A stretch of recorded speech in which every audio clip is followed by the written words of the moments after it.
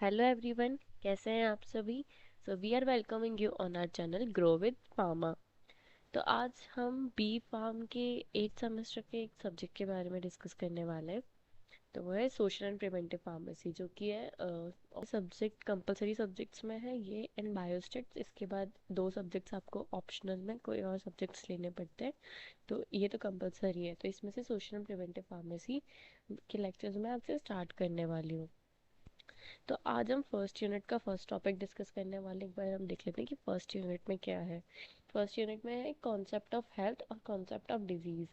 Health का क्या concept रहेगा, कैसे हम पब्लिक हेल्थ को इवेलुएट करेंगे, अगर हम कोई डिजीज़ है तो उसको कैसे आइडेंटिफाई करेंगे, कैसे कंट्रोल करना है, उसकी प्रिवेंशंस कैसे होंगे, कॉन्सेप्ट क्या है उसके प्रिवेंशन का।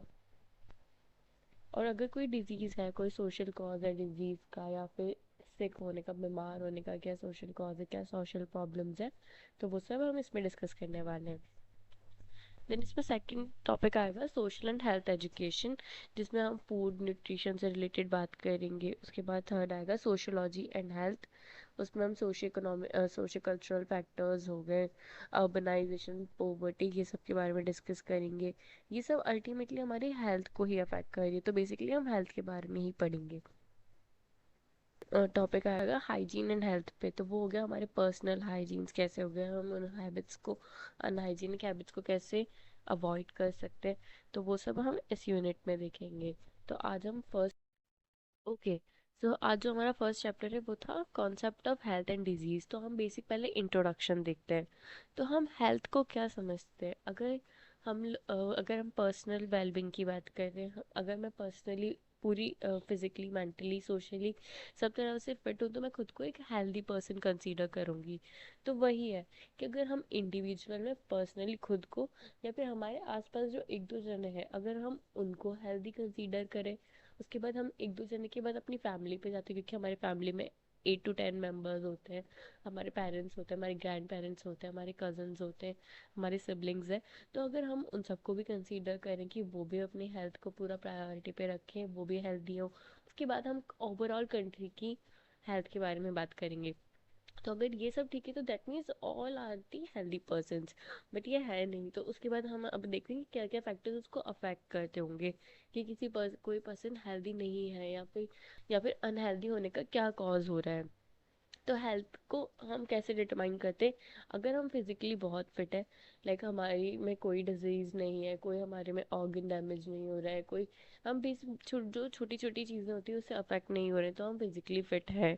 मेंटली जो भी एक आपके सोचने का तरीका होता है, आप किस तरह से सोच रहे हो, आप लोगों से कैसे इंटरेक्ट हो रहे हो सोशली, तो अगर आप उन सब चीज़ों में बहुत अच्छे हो, then you considered as a healthy person.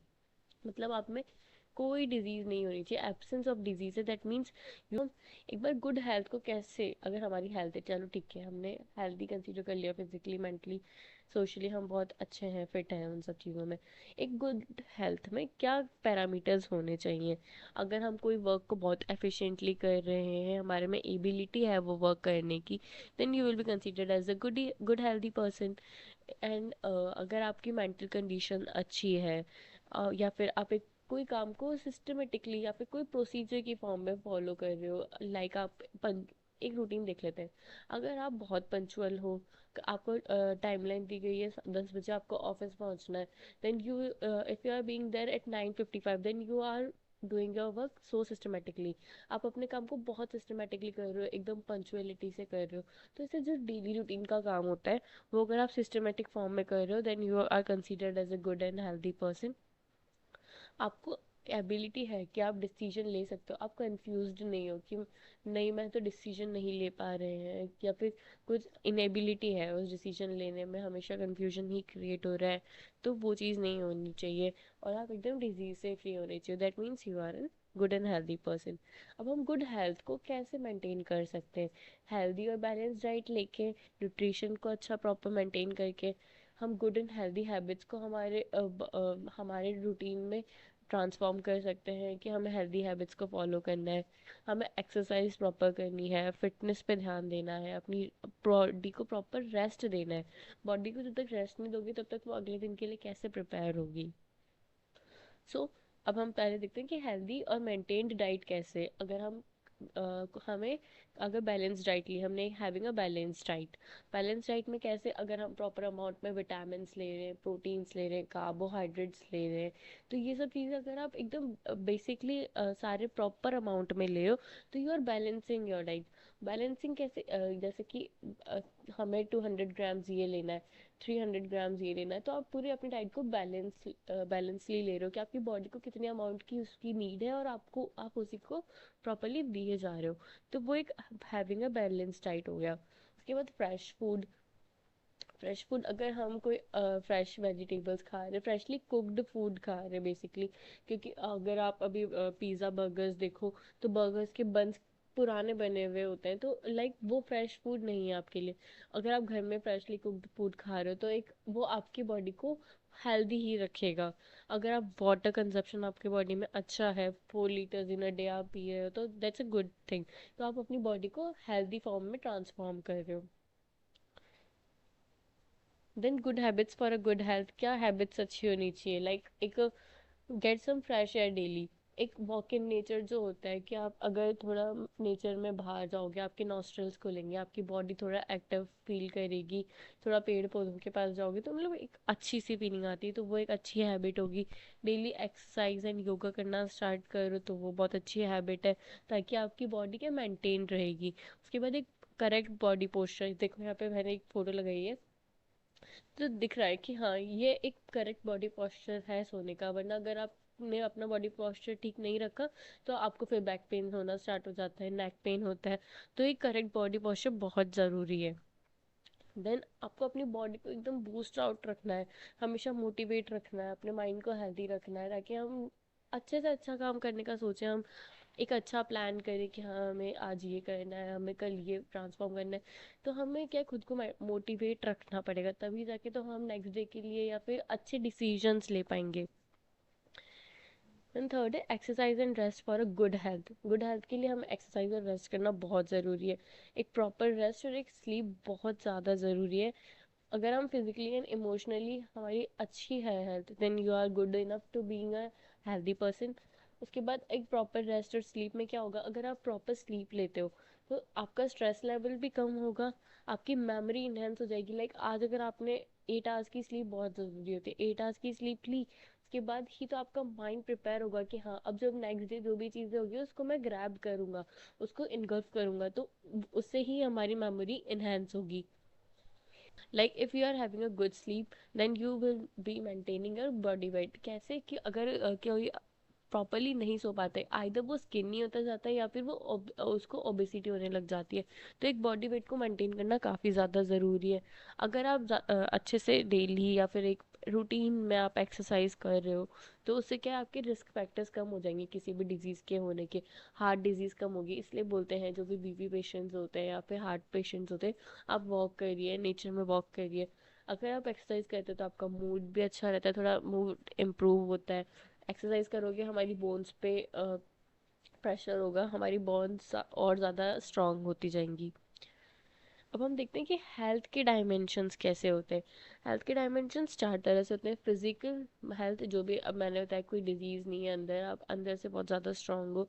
Mentally आप किस तरह से सोच रहे हो सारी चीज़ों को, आप किसी के साथ शाय कर रहे हो, यू आर बीइंग इंट्रोवर्ट, आपको बात करने में ऐसा अजीब लग रहा है, तो वो सोशल हेल्थ में आ गया। एक स्पिरिचुअल हेल्थ हो गई। स्पिरिचुअल हेल्थ आजकल हम बहुत देखते हैं, हमारे जो ग्रैंड पेरेंट्स हो गए, पेरेंट्स हो गए, इवन अभी जो यंगस्टर्स हैं, तो वो लोग क्या आजकल थोड़ी स्पिरिचुअल एक्टिविटी में, जो भी अपने रिलीजन को फॉलो करता है, अगर उसमें अगर आप उस एक्टिविटी में इन्वॉल्व हो थोड़े, तो आपको थोड़ा पीसफुल फील होता है। इसलिए आजकल यंगस्टर्स हैं वो अपनी रिलीजियस एक्टिविटीज़ में इन्वॉल्व है, तो उनको उस चीज़ में पीस मिलता है। तो इसलिए स्पिरिचुअल हेल्थ बहुत ज़्यादा ज़रूरी है। जैसे हमारे ग्रैंड पेरेंट्स जाते थे, तो उनको बहुत अच्छा लगता है, उनके पास फ़ोन चलाने का टाइम नहीं है ये सब चीज़ों को, बट वो स्पिरिचुअलिटी में ज़्यादा बिलीव करते हैं, ताकि उनका माइंड काम रहे, उनकी बॉडी वर्क करती रहे, इसलिए ये बहुत ज़्यादा ज़रूरी है। Now what are the determinants of health. Health के लिए क्या क्या डिटर्मिनेंट्स है। देखो बेसिकली सबसे पहले जेंडर में क्या हो गया, मेल और फीमेल के बेसिस पे डिफरेंशिएशन। कैसे कि अगर मेल और फीमेल को डिफरेंट टाइप के स्ट्रेस होते हैं, किसी को किस चीज़ किसी के ऊपर किस चीज़ की रिस्पॉन्सिबिलिटी है, तो वो उस अकॉर्डिंग अपने डे को कैसे मेंटेन कर रहा है, अपना रूटीन कैसे बना रहे हैं। फीमेल्स का रूटीन्स अलग होता है। जैसे हम यहाँ पे हेल्थ के देख लेते हैं कि जो मेल्स होते हैं, मेल्स को ज़्यादातर हार्ट डिजीज़ होती है, ब्लड प्रेशर की प्रॉब्लम होने लगी, वहीं फीमेल्स थायराइड और इन सब से उनको ये सब प्रॉब्लम होना शुरू हो जाती है। तो यहाँ पे ही हमारे हेल्थ के डिफ्रेंसिएशन दिख गए। उसके बाद कल्चर। कल्चर ऑब्वियसली हम सब में कल्चर डिफरेंशिएशन है, तो उसकी वजह से भी हमारी हेल्थ काफ़ी अफेक्ट करती है। Then income and social status. अगर हम एक देखते हैं कि अच्छा ये रिच स्टैंडर्ड्स है, पुअर स्टैंडर्ड्स है, तो उसके बेसिस पे भी हमारी हेल्थ काफ़ी ज़्यादा अफेक्ट करती है। एम्प्लॉयमेंट, अगर अनएम्प्लॉयमेंट होगा तो उसके पास कुछ खरीदने के पैसे नहीं है, मेडिसिन अपना ट्रीटमेंट करवाने के पैसे नहीं है, कुछ अच्छा फूड खाने के पैसे नहीं है, तो ऑब्वियसली वो अल्टीमेटली आपकी हेल्थ को ही अफेक्ट करेगा।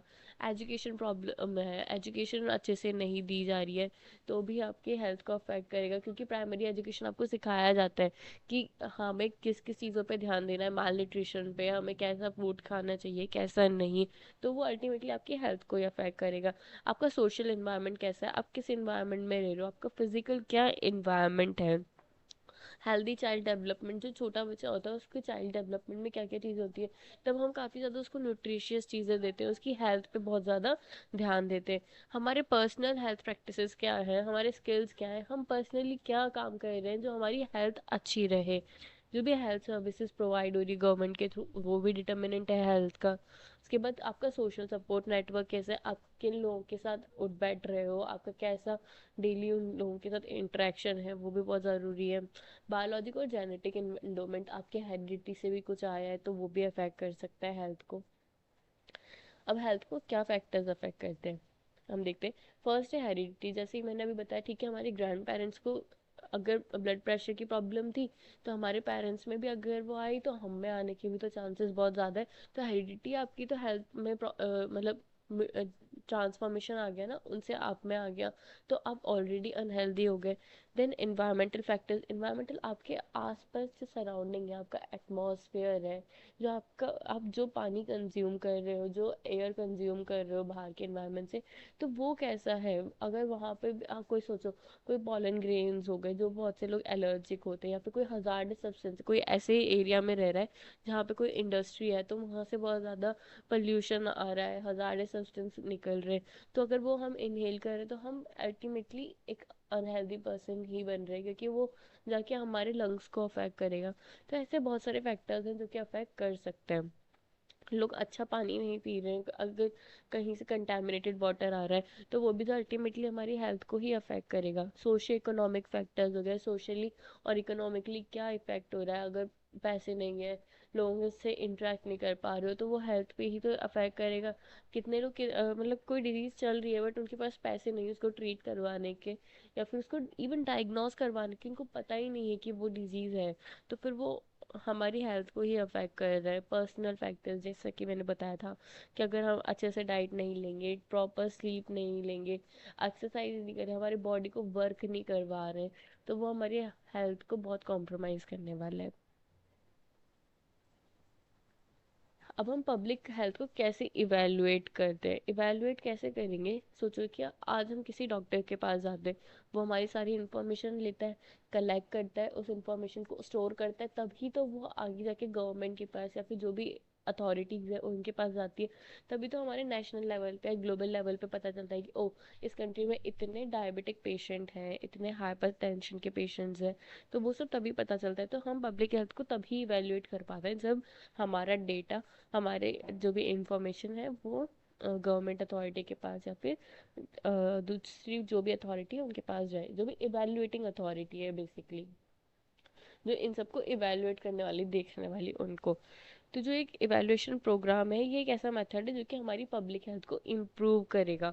इवैल्यूएशन का मतलब क्या होता है कि इफेक्टिवली हमने कोई एक स्ट्रेटेजी बनाई है हमारी पब्लिक हेल्थ के लिए, आपके मेरे बहुत जो जितने भी लोग हैं उन सब के लिए, वो पब्लिक हेल्थ में हम सभी कंसीडर होते हैं, तो उनके लिए अगर कोई स्ट्रेटेजी बनाई गई है उनको इवैल्यूएट करने के लिए, तो वो इवैल्यूएशन, उसका यही मतलब है।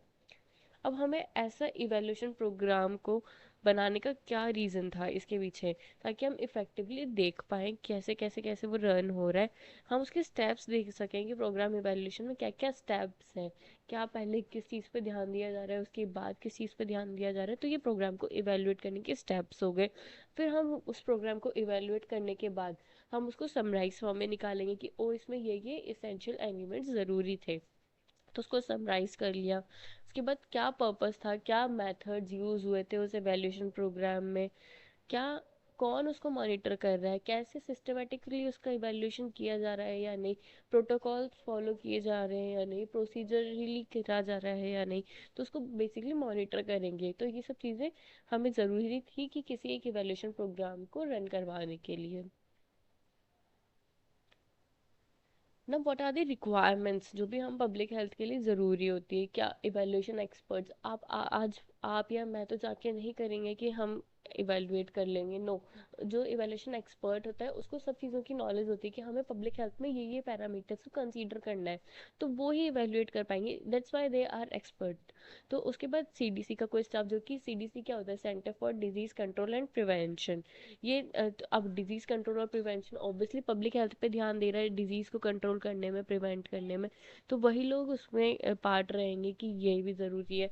जो भी हमारी सेंट्रल लेवल पे हो गई, स्टेट लेवल पे हो गए, और लोकल पब्लिक हेल्थ ऑफिशियल्स हो गए। लोकल में हमारे जैसे डिस्ट्रिक्ट आ जाएगा, या फिर बहुत सारी चीज़ें, तो उसके हेल्थ ऑफिशियल्स हो गए। जो भी हमारे पब्लिक हेल्थ प्रोग्राम के मैनेजर्स हैं, स्टाफ है, वो सब भी इसमें इंक्लूड रहेंगे। पब्लिक या प्राइवेट वॉलंटियर्स, आप या में से भी कोई जा सकता है, अपना उसमें रजिस्ट्रेशन करवाओ और आप उसमें वॉलंटियरली काम कर सकते हो उस एवेल्यूशन प्रोग्राम में। अब इवैल्यूएशन तीन तरह के होते हैं। एक फर्स्ट होता है कि प्लॉजिबिलिटी इवैल्यूएशन। प्लॉजिबिलिटी इवैल्यूएशन में क्या होता है कि जो भी आपने प्रोग्राम रन करवाया, उसके गोल्स और ऑब्जेक्टिव्स तो होंगे। तो मतलब किसी प्रोग्राम को स्टार्ट करने से पहले हम एक हाइपोथेसिस बनाते हैं ना कि हाँ इसमें ये गोल्स हैं, तो ये सब पूरे होने चाहिए। तो वो कंप्लीट हुए या नहीं, मतलब ऑनगोइंग प्रोग्राम में हमें ये चेक करना कि उसके गोल्स और ऑब्जेक्टिव्स पूरे हो रहे हैं या नहीं। कैसे, एक एग्जांपल देती हूँ कि आज मैंने कोई हेल्थ कैंपेन स्टार्ट किया। तो मैंने आज ये हेल्थ कैंपेन एक पर्टिकुलर एरिया में रन करवा रही हूँ। तो मेरा ये गोल था, मैंने ये हाइपोथेसिस बनाई थी कि मैं यहाँ से ज़्यादा लोगों का डेटा कलेक्ट करूँगी, ताकि मुझे पता चले कि इस पर्टिकुलर पॉपुलेशन में कितने नंबर ऑफ हाइपरटेंशन के पेशेंट हैं, या फिर कितने डायबिटीज़ के पेशेंट हैं, या फिर थायराइड पेशेंट है। तो ये मेरा गोल था उसको परफॉर्म करने का। तो ये उसका बेसिक हो गया कि कैसे ऑन गोइंग प्रोग्राम में आप कैसे उसका इवेलुएट कर रहे हो। देन सेकेंड है प्रोबेबिलिटी इवेल्यूएशन। प्रोबेबिलिटी इवेल्यूएशन में क्या देखते हैं हम, जो भी हमारे कंट्रोल ट्रायल्स पर्पसलेस, बिना कोई पर्पस के हमें कंट्रोल ट्रायल करते हैं। सोचो कि आज हम कोई डॉक्टर है, तो वो अपने पेशेंट को कंट्रोल ट्रायल कर रहा है। कैसे कि उसने बिना बताए अपने पेशेंट को कोई ऐसी मेडिसिन दे दी जिसको उसको बस ट्रायल करना था, कि अगर मैंने इसको बिना बताए दी तो अगर इसको कोई साइड इफेक्ट आएगा या फिर कोई एडवर्स इफेक्ट आएगा, तो ये आके मुझे इन्फॉर्म करेगा। तो उससे हम इवेलुएट कर पाएंगे कि अच्छा इस ड्रग में ये प्रॉब्लम आ रही है। तो ये भी एक इवेल्यूएशन प्रोग्राम का एक पार्ट हो गया। उसके बाद एडुकेसी वैल्यूएशन, इसमें भी वही है कि जो हमारे प्रोग्रामेटिक गोल्स एंड ऑब्जेक्टिव्स है उसको हमें वेरीफाई करना है, बिना किसी ऐसे ही कंट्रोल ट्रायल्स को या फिर कंट्रोल ग्रुप को कंसीडर किए। नाउ प्रिवेंशन और कंट्रोल क्या है, मतलब डिजीज़ का क्या, हम उस कैसे हम उसको प्रिवेंट कर सकते हैं या फिर डिजीज़ को कैसे कंट्रोल कर सकते हैं। अब प्रिवेंशन में क्या है कि प्रिवेंशन एक क्या है, हम किसी चीज़ को होने से पहले ही रोक देते हैं। जैसे कि हम बोलते हैं prevention is better than cure, ठीक करने से बजाय पहले उसको होने से ही रोक दो तो ज़्यादा बेटर है। तो वही है प्रिवेंशन में। तो अब हम प्रिवेंशन के लिए क्या क्या, जैसे कि हम प्रिवेंशन को ये नहीं कि प्रिवेंशन सिर्फ ये नहीं होता कि डिजीज को होने से रोक रहे हैं, उसके जो भी रिस्क फैक्टर्स है हमें उसको भी रोकना है। जो प्रोग्राम है उसमें भी। अब हम कुछ टर्मिनोलॉजीज देख लेते हैं कि हमें किस किस टर्मिनोलॉजीज पे ध्यान देना है। प्रिवेंशन में क्या होता है कि जैसे कि मैंने बताया कि किसी हेल्थ प्रॉब्लम को होने से पहले ही रोक देना, तो प्रिवेंशन हो गया। इंटरवेंशन मतलब कि अब कोई डिजीज हो गई है, उसका डेवलपमेंट स्टेज चल रहा है, डेवलप कोविड हुआ था, तो कोविड होने के बाद जब वो स्प्रेड होने लगा तो ऑब्वियसली वो तो कोविड के लिए डेवलपमेंट था ना, कि वो अब ज़्यादा से ज़्यादा लोगों में फैल रहा है। तो वहाँ पे उसको रोकना होता है इंटरवेंशन। कंट्रोल मतलब होता है कि प्रिवेंट करना और उसके साथ सेफ्टी मेजर्स लेना, ताकि हम उसको स्प्रेड होने से बचाएं। के बाद है इरेडिकेशन। इरेडिकेशन मतलब उस डिजीज को हमने पूरे ह्यूमन पॉपुलेशन में से ही हटा दिया, पूरा एलिमिनेट कर दिया है। और एलिमिनेशन का मतलब होता है कि हमने जो पेशेंट नंबर था वो सीधा हमने जीरो पे लाके रख दिया कि हाँ इस पर्टिकुलर में अब एक भी पेशेंट नहीं है। वहीं एक्सटिंक्शन मतलब अब वो डिजीज कहीं एग्जिस्ट ही नहीं करती है नेचर में, तो वो गया एक्सटिंक्शन, कि अब वो है ही नहीं, एक्सटिंक्ट। अब देखते हैं कि लेवल ऑफ प्रिवेंशन क्या होते हैं। लेवल ऑफ प्रिवेंशन में हम चार तरह से देखते हैं। प्राइमोरिडियल प्रिवेंशन मतलब रिस्क फैक्टर्स होने से पहले ही उसको प्रिवेंट कर देना होता है, प्राइमोरिडियल प्रिवेंशन। सेकंड है प्राइमरी प्रिवेंशन, थर्ड है सेकेंडरी प्रिवेंशन, और फोर्थ है टर्शरी प्रिवेंशन। तो प्राइमोडियल जैसे कि मैंने बताया कि रिस्क फैक्टर्स को डेवलप होने से पहले ही अगर हमने उसको एलिमिनेट कर दिया, प्रिवेंट कर दिया, तो वो हो गया प्राइमोडियल प्रिवेंशन, जिसमें रिस्क फैक्टर्स एब्सेंट होते हैं। इसमें हम दो तरह से दे सकते हैं, मास एजुकेशन या फिर इंडिविजुअल एजुकेशन। मास एजुकेशन में कैसे, कि जैसे अभी कोविड था, तो जब हम किसी को कॉल करते थे तो उसमें अमिताभ बच्चन का एक ऑडियो मैसेज रहता था, तो वो उसको मतलब स्प्रेड होने से बचा रहा है, तो वो प्रिवेंशन, एक ऐड दे रहा है, एक एडवर्टाइजमेंट रन करवा रहा है। तो वो हो गया मास एजुकेशन, मतलब हम ज़्यादा से ज़्यादा, मास मतलब नंबर ऑफ पीपल, जिस ज़्यादा से ज़्यादा पॉपुलेशन।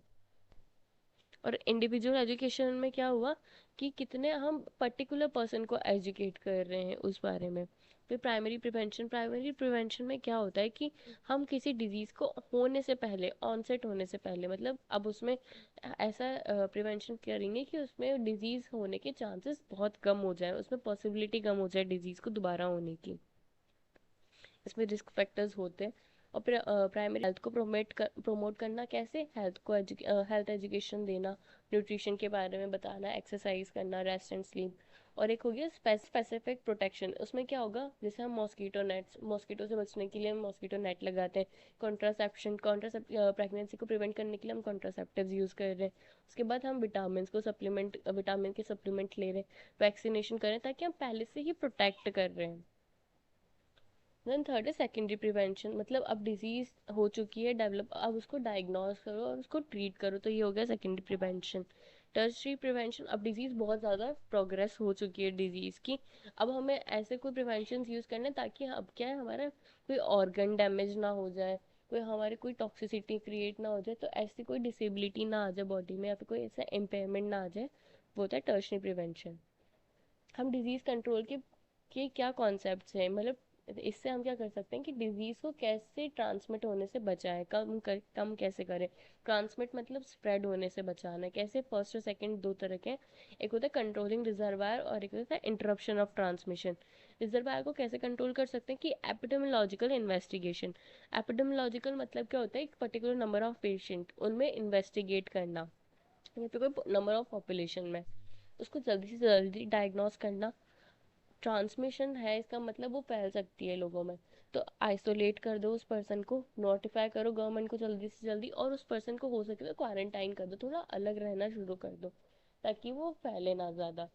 वहीं अगर इंटरप्शन ऑफ ट्रांसमिशन मतलब ये जो हमारी बॉडी में होगा, जो हमारा ससेप्टेबल होस्ट है हमारी बॉडी के अंदर है, उसको हम या तो एक्टिवली इम्यूनाइज करो, पैसिवली इम्यूनाइज करो, और कीमो प्रोफाइलैक्सिस मतलब कोई ड्रग से ट्रीट करो उसको। अब है social causes of disease. Disease के सोशल कॉजेज क्या हो सकते हैं, डिजीज क्या है, जैसे कि हमने बोला कि कोई ऐसी स्टेट ऑफ कंडीशन जिसमें हमारा बॉडी या फिर माइंड की माल फंक्शनिंग हो रही है, उसका प्रॉपर काम नहीं हो पा रहा है।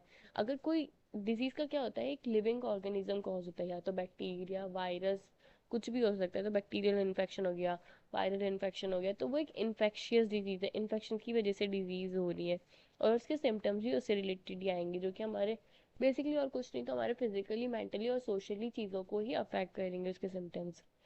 अब जैसे अनएम्प्लॉयमेंट आ गया, अनएम्प्लॉयमेंट की वजह से भी बहुत सी डिजीज़ होती हैं, सोशल और कल्चरल चेंजेस आ जाते हैं उनमें, वेरियस लाइफ इवेंट्स हमारी बॉडी में, जैसे कुछ भी चेंज आ जाता है तो डिप्रेशन में चला गया, किसी को एनजाइटी हो गई, तो उसकी वजह से भी उसकी डिजीज़ कंडीशन हो जाती है, स्ट्रेस हो जाता है उनको, लोग कैसी जगह पे रह रहे हैं वो अफेक्ट करते हैं, उसके हेल्थ बिहेवियर्स कैसे हैं, स्मोकिंग, ड्रिंकिंग, जो भी ड्रग्स प्रोहिबिटेड है, जिनको रोक दिया है फिर भी अगर वो उनको यूज़ कर रहे हैं, कोई ऐसे लोग ऐसे पर्सन के कांटेक्ट में जो कि स्मोक कर रहा है, और सीधा आप उसका जो भी स्मोक है या फिर वो उसको सीधा इनहेल कर रहे हो, जैसे सोशियो इकोनॉमिकल स्टेट, जो सोशियो इकोनॉमिकल स्टेटस होगा वो सीधे साइको सोशल रिस्क फैक्टर पे अफेक्ट करेगा, फिजियोलॉजिकल रिस्क फैक्टर भी साइको सोशल को करेगा, बिहेवियरल रिस्क फैक्टर्स को भी साइको सोशल रिस्क फैक्टर पे करेगा। अल्टीमेटली वो एक डिजीज कंडीशन ही क्रिएट कर रहा है। अब सिक मतलब क्या होता है, फिजिकली या फिर मेंटली इल है कोई, बीमार है वो पर्सन, उसको हम सिक बोलते हैं। तो उसके लिए क्या सोशल प्रॉब्लम्स हो सकती है? तो पहला है एजुकेशन प्रॉब्लम, हम उसको प्रॉपरली एजुकेट नहीं कर पा रहे, फंड्स की प्रॉब्लम है, फंड्स नहीं है। आजकल हायर एजुकेशन जो होती है वो बहुत ज़्यादा एक्सपेंसिव हो गई है, इवन प्राइमरी एजुकेशन भी एक्सपेंसिव हो गई है। तो वो सब चीज़ों की वजह से क्या है, उसको सिक मतलब वो मेंटली इल हो रहा है, फिजिकली इल हो रहा है, वो परेशान हो रहा है।